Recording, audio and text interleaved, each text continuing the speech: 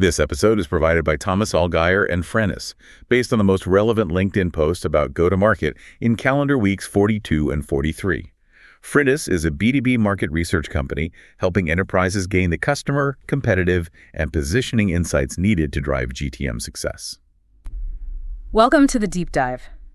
Today we're really cutting through the noise, giving you a sharp focus on the GTM trends that were all over LinkedIn these past couple of weeks. Yeah, definitely. Our mission here is to get past the sort of isolated tips and tricks and really grasp the big shift that's happening. GTM is becoming system-led. It's about orchestration now.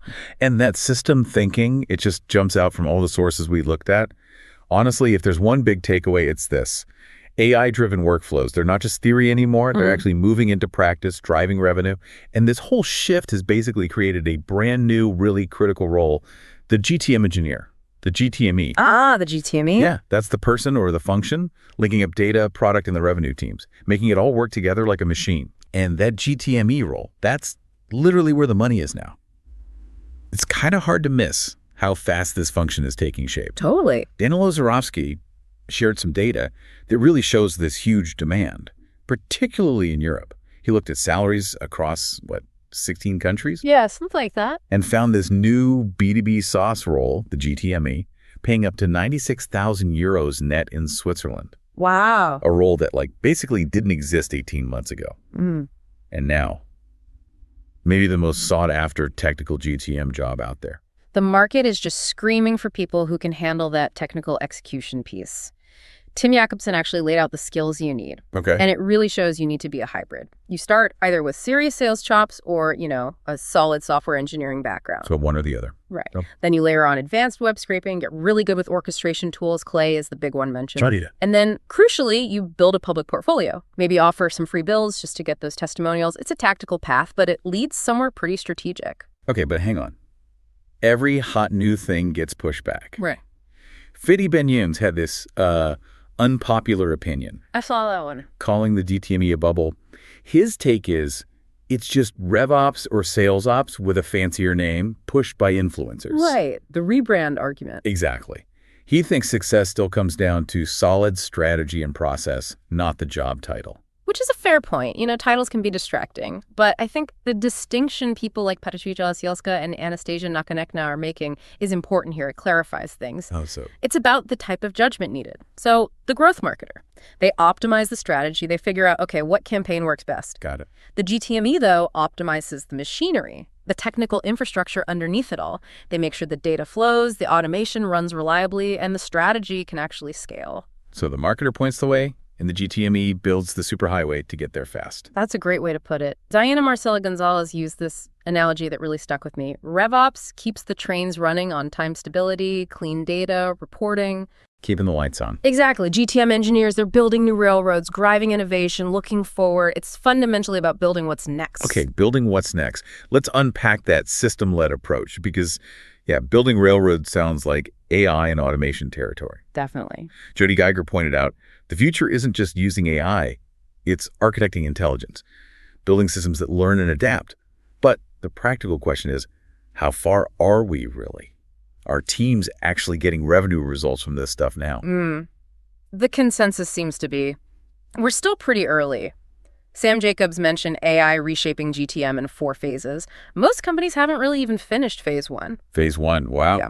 And Kyle Norton, he reported lots of leaders are just stuck in what he called pilot purgatory. Pilot purgatory. Ouch. That sounds expensive. What does that actually look like? It's where you prove a concept works, maybe automating one little step, but then the project just stalls because the team can't actually bridge that gap to full implementation. Maybe the infrastructure isn't ready, or maybe the quality of the data you're feeding it just isn't good enough to keep it running reliably in the real world. But some people are getting out of purgatory, right? There must be practical wins happening. Oh, for sure. Divya Prasad Pandey shared a full 7-step GTM workflow, fully automated lead gen, filling the pipeline. Nice. And Anna Kappa showed 5 really simple GTM automations that scale outbound, using smart triggers, AI agents, getting rid of all that manual contact enrichment pain. Okay, so what's the key to making those work? How do you avoid purgatory? It seems to come down to being hyper-specific. Jacob Deidel really hammered this point. Generic input. You get generic output. It's that simple. Garbage in, garbage out. Still true. Totally. He pushes this idea of unreasonable clarity. To get there, you have to break the task down into tiny atomic pieces. Decompose the problem, and this is key. Identify your load-bearing assumptions before you deploy anything. Load-bearing assumptions. Okay, break that down. Sounds like engineering talk, but why is it critical for GTM? It's about the core beliefs your whole system is built on. Let's say you assume your buyer only cares about price. You build your AI prompts, your sequences, everything around that. Okay. But what if they actually prioritize, say, speed of implementation? Your whole system is now based on a faulty premise. It's going to fail. You have to define and test those fundamental beliefs before you bake them into your automation. That clarity point really showed up in the numbers, didn't it? Jenny Vrancic tested, over 200 AI prompts for outbound? Yeah, over 200. And found only about 30 actually worked well. It's like a 15% success rate. Meaning 85% were just noise, wasted effort. Pretty much. It just shows complexity for its own sake doesn't get you anywhere. Surgical precision is what wins. And that precision needs a clear structure in your data stack, too. Absolutely. Bill Stathopoulos gave a great reminder. The 80-20 rule totally applies to your GTM data stack. Most teams get 80% of their real value from just layers 1 to 3. Okay, layers 1 to 3. For those of us maybe less deep in RevOps terminology, what does that cover? That's your foundational stuff. Simple contact finders, basic enrichment, the static data providers like ZoomInfo or Apollo, the core repeatable data you need. Got it. The basics. Exactly. And Bill's main point was focus on the decisions you need that data for, not just collecting tools. Don't get tool sprawl.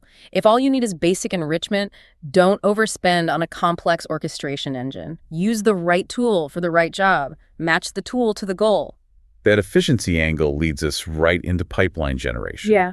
which seems like another area where GTM engineering is really changing the game, especially for outbound. It's the natural next step, isn't it? HLabS observed that outbound is basically merging with RevOps now. GTM is becoming data engineering and system design. And Ilya Azapsev gave a really sharp example. 5 years ago, you needed maybe a 5-person lead gen team for high-volume outbound. Right, the SDR farm model. Yeah. Today, one GTME armed with AI agents can orchestrate that entire effort. Yeah. It's cheaper, faster, and probably more consistent. Okay, but let's push on that. Is that just replacing people with automation? The classic fear? Mm-hmm. Where does the human element fit in, especially for complex, high-value sales? It doesn't replace the human. It shifts the human's focus. The GTME and the AI replace the tedious, repetitive stuff, the data digging, the manual sequencing. Go. This actually increases the value of the human seller because now they're freed up to focus only on engaging genuinely qualified, high-intent accounts that the system has surfaced. It's about focusing human skill where it matters most. Strategy, relationship, closing. That makes the shift in prospecting crystal clear then. Right. It has to be about high-intent signals, not just broad firmographics. Exactly. Jordi Fernaggi put it bluntly. Stop hammering inboxes just because someone technically fits the ICP. That's just table stakes now. So fitting the profile isn't enough. Not even close. The winning play now is stacking signals. Combine internal signals, like someone engaging with your content, or specific product usage patterns with external signals, funding announcements, new hires in key roles, competitor news. Looking for patterns of readiness. Precisely.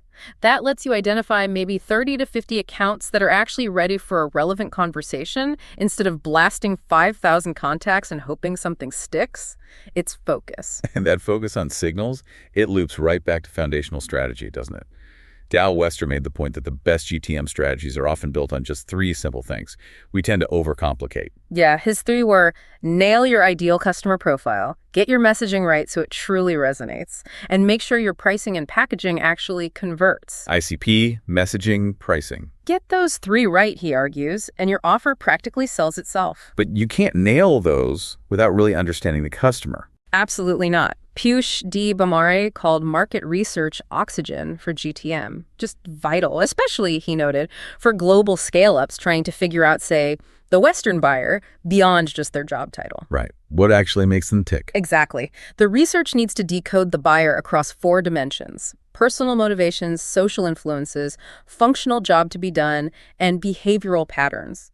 Deep understanding. That level of detail gets you away from vague targets. It helps define actionable segments. Sangram Vajpayee had a great line summing this up. Oh, yeah. TAM, total addressable market, makes for a great slide. Looks impressive. But TRM, targeted realistic market, that's what makes for a great strategy. Ooh, I like that. TAM is the dream, TRM is the plan. Exactly. And that distinction is so crucial. TRM forces you to focus your limited resources, time, money, people, on the slice of the market you can actually win right now with your current product and capabilities. Whereas chasing the whole TAM, You just burn cash. You chase prospects who aren't ready or need features you don't have. Focusing on TRM lets you build that repeatable, efficient motion. and that focus, that repeatable motion, becomes absolutely critical when you try to scale, because hitting scale often breaks things. Oh, inevitably. Jamie Walsh pointed out this common pattern. SaaS companies hit, say, $10 million ARR. They think, great, we found the playbook. Yeah, we cracked it. But that's often the exact point where the original GTM motion starts to buckle. How does it break? Well, inbound might plateau. Sales efficiency starts to drop. The strategy that got you to $10 isn't the one that gets you beyond it. The fix usually involves specializing, splitting inbound and outbound more clearly, maybe by segment, and definitely building tighter, faster feedback loops between product and sales. Which sounds like a recipe for internal friction. Can be, for sure. Alan Gonsenhauser observed that when GTM stumbles at scale, the C-suite often ends up talking past each other. How so? Because they're seeing the problem through different lenses. The CEO might see a high-level strategic failure. The CMO sees a messaging or positioning problem. The CRO sees a broken engine pipeline gaps, conversion issues. They're all describing symptoms of the same core issue, but using different languages. Exactly. The immediate problem is they lack a shared diagnostic language. If you're arguing about market strategy versus activity metrics, you're not even diagnosing the same illness. The solution needs shared metrics. CAC payback, sales cycle velocity, things everyone agrees are the vital signs as the common ground. Which brings us back to the solution we keep hearing: focus and orchestration. Right. Kuldip Parmar had a really critical reminder. If you focus only on strategy but neglect the execution, you're going to fail. Strategy without systems is just, a nice PowerPoint deck. Doesn't actually do anything. And Simon Sharp built on that, saying most alignment problems, they're actually focus problems, meaning GTM leaders need to be ruthless in directing everyone's attention. What are the 3, maybe 4 critical things we must solve this quarter? Then build daily execution rituals around those specific goals. Cut out the noise. So the ultimate fix is structural. It's about moving these big challenges out of siloed departments and into shared ownership. That seems to be the trend. Stephen Mays confirmed it. The big move is forming cross-functional teams, really multidisciplinary, to tackle the problems that live between departments. Like pricing. Pricing, building an ecosystem, adopting AI effectively. These things don't belong to just marketing or just sales or just product. They live in the system. They require that orchestrated approach. Exactly. And Jim Bell tied it all together by emphasizing that GTM orchestration has to put the buyer experience first. That collaboration, breaking down those internal walls, that's the key to efficient growth, because those walls are usually what cause friction for the buyer. Okay, so this deep dive has really illuminated a clear direction, hasn't it? The future of GTM is definitely system-led. It hinges on that GTME role, connecting the dots between data, product, revenue. Right. And shifting away from generic blasting towards really focused, signal-driven execution. If you enjoyed this deep dive, new episodes drop every 2 weeks. Also, check out our other editions on account-based marketing, field marketing, channel marketing, MarTech, social selling, and AI in B2B marketing. And maybe leave you with one final thought to chew on. Inspired by Anastasia Nakonekna, she proposed a simple test for product value in this AI era. Remove the AI components. Does the core product still work? Does it still deliver value? The answer to that question, she suggests, will likely define your GTM success moving forward. It tells you if AI is enhancing a solid foundation or just masking a weak one. A really clarifying question. Yeah. Forces you to look at the core offering. Great point to end on. Thank you for joining us, and be sure to subscribe so you don't miss our next deep dive.